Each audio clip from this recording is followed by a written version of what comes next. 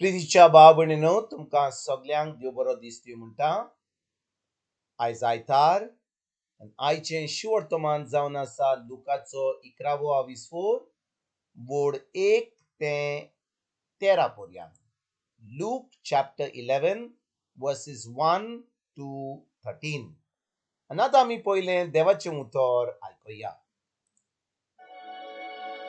जेजू एके कडेन मागणें करून आसलो आनी ताणें तें सोंपयले उपरांत ताच्या शिसांतल्या कोणाकल्यान ताका म्हणलें, सोम्या, जुवावान आपल्या शिसांक मागणें करूंक शिकयलां तशें तूंय आमकां शिकय.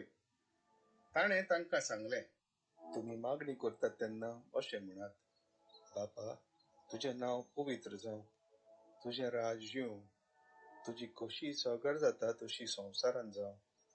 आमचो दिसपटो गिरास दिसाच्या दिसा आमकां दी आनी आमची पातकां बोगोस, कित्याक आमचेर चुकलेल्यांक आमी बक्षितांव आनी आमकां ताळणेंत पडोवंक दिवं नाका, पूण वायट विघ्नांतली आमकां निवार. आनी ताणें तांकां सांगलें, तुमचे मदें कोणेकल्याक एक इश्ट आसा म्हूण समजात आनी हो मुदयानीत ताचेशी वचून ताका अशें म्हणटा, इश्टा, म्हाका 3 उंडे उश्णें दी. म्हजो एक इश्ट वाटेचो पावोन सरला आनी ताका वाडूंक म्हजे लागीं कांयच ना.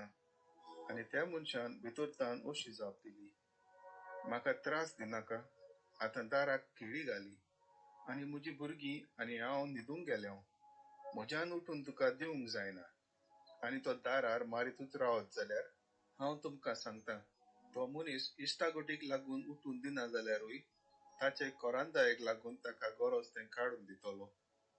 तशेंच हांव तुमकां सांगता, मागात आनी देव तुमकां दितलो, सोदात आनी तुमकां मेळटलें, दारार मारात आनी तें तुमकां उगडटलें. कित्याक मागतात तीं घेतात, सोदतात तांकां मेळटा आनी दारार मारतात तांकां तें उगडटलें. मासली मागतो आपल्या पुताक मासलेचे सुवातेर एक सुरोप दीत तसलो तुमचे मदें कोण बापूय आसा जायत? वो तांती मागत जाल्यार बापूय ताका विचू काडून दीत?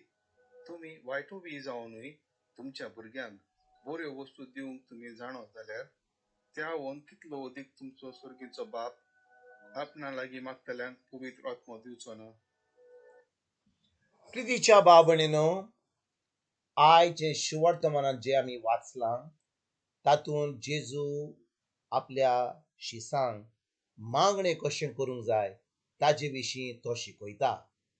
पूण आयज भाव भयणीनो, आमची चोत्राय आनी आमचो विसो ह्या 9 आनी 10 वडीर करुया.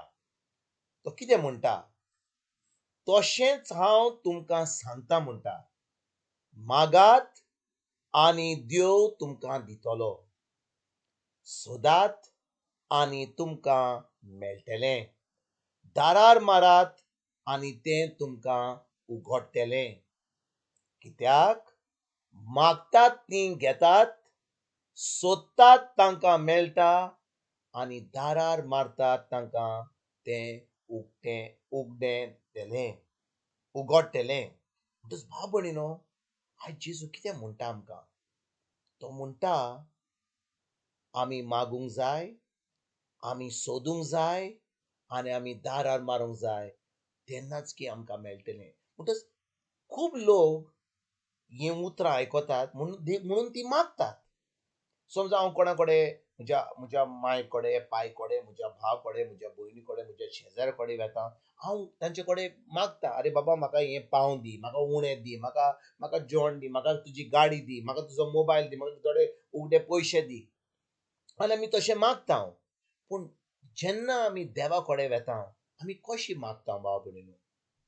आमी ताका म्हणीत जाल्यार दी म्हाका, आमी भावार्थी जाता. कित्याक ताणें आमकां जेजू वरवीं सगळें घडोवन हाडलां. सगळें जेजून जें आमकां फावो जावंक जाय तें ताणें सगळें सोंपल्लां खुर्सार. म्हणटच आमी जेन्ना आतां मागता, आमी कशें मागूंक जाय? ताच्या उतरा वरवीं. आमी जेन्ना जेजू कितेंय मागता, आमी ताचें उतर घेवंक जाय आनी ताका आर्गां, वाखाणणी आनी दिनवास दिवन आमी तें आपणांक जाय. म्हणटच समजा आमी कोणाच्या घरा वचूंक सोदता, आतां ह्या दिसांनी गुगल आसता, ओ कितें मॅप आसता, ओ कितें वेज म्हणून कसले सॉफ्टवेअर आसता, ओ सॅटलायटचे आमकां कोणाचेर वचोंक जाय जाल्यार आमी त्या आमच्या कंप्युटराचेर वा आमच्या मोबायलाचेर आमी तें फिक्स करता आनी तें गुगल लोकेशन आमकां तें कोणाच्या घरा व्हरता. जेन्ना आमी तें गुगल लोकेशन घालता तेन्ना आमी कितें करता, आमकां कोणाचो एड्रेस जाय जाल्यार आमी तांकां मागता. आमी कोणाच्या घराक कोण वचोंक सोदता जाल्यार पयलीं आमी तांकां तांचे एड्रेस मागता. एड्रेस मेळ्ळ्या उपरांत, नंबर मेळ्ळ्या उपरांत ते सगळे सगळी ती जी सगळी जी डिटेल्स आहा तेन्ना ती आमी आमच्या मोबायलाचेर घालून आतां मोबायल आमकां धाडटा. आमी सोदता आतां मोबायला वरवीं आमी सोदता खंय आमी पावल्या, खंय पावोंक ना. आनी जेन्ना आमी तें घर सोदून वेता तेजे उपरांत आतां तें गुगल लोकेशन म्हणटा आमी तुमी पावल्यात, आमी आतां दारार मारता आनी आमकां तें दार उक्तें जाता. म्हणटच आमी कितें करूंक जाय, आमी पयलीं मागूंक जाय, तें एड्रेस मागूंक जाय.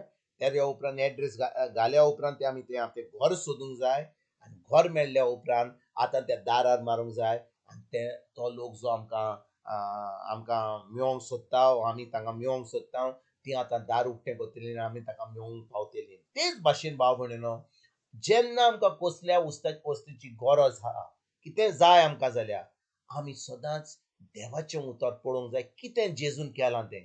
समजा आमकां कसली पेकोणी जाय, ताचें उतर म्हणटा ताच्या घायांनी आमकां पेकोणी मेळली.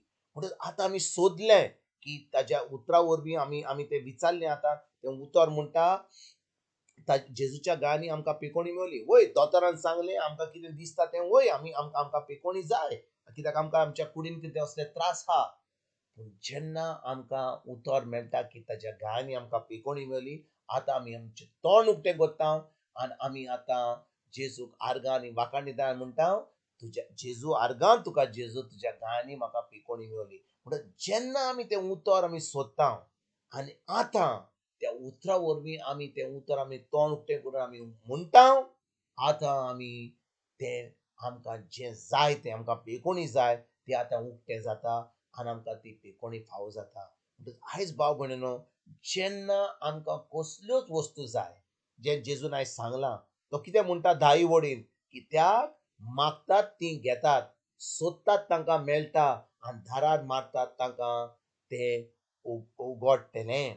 म्हणटच तेच भाशेन जेन्ना आमी देवाचें उतर घेता, जें देवाचें उतर सांगता आमकां नव्या करारान जें जेजून सगळें सोंपारलां तें आमच्या जिबेर घालता, आमच्या तोंडांतल्यान आमी तें म्हणटा. आतां आमी तें उतर म्हणटा तें आमी भावार्थान म्हणटा तें आमकां दार उक्तें जाता आनी सगळें जें जेजून केलां तें आमकां फावो जाता. आयज भाव भयणीनो, ह्या उतराचेर आमी नियाल करुया. आयज तान आमी फकत बिश्टें मागणें केलें, बिश्टें म्हणलें म्हाका हें जाय तें जाय म्हणल्या भाशेक आमी ते सगल्यो वस्तू सोडुया.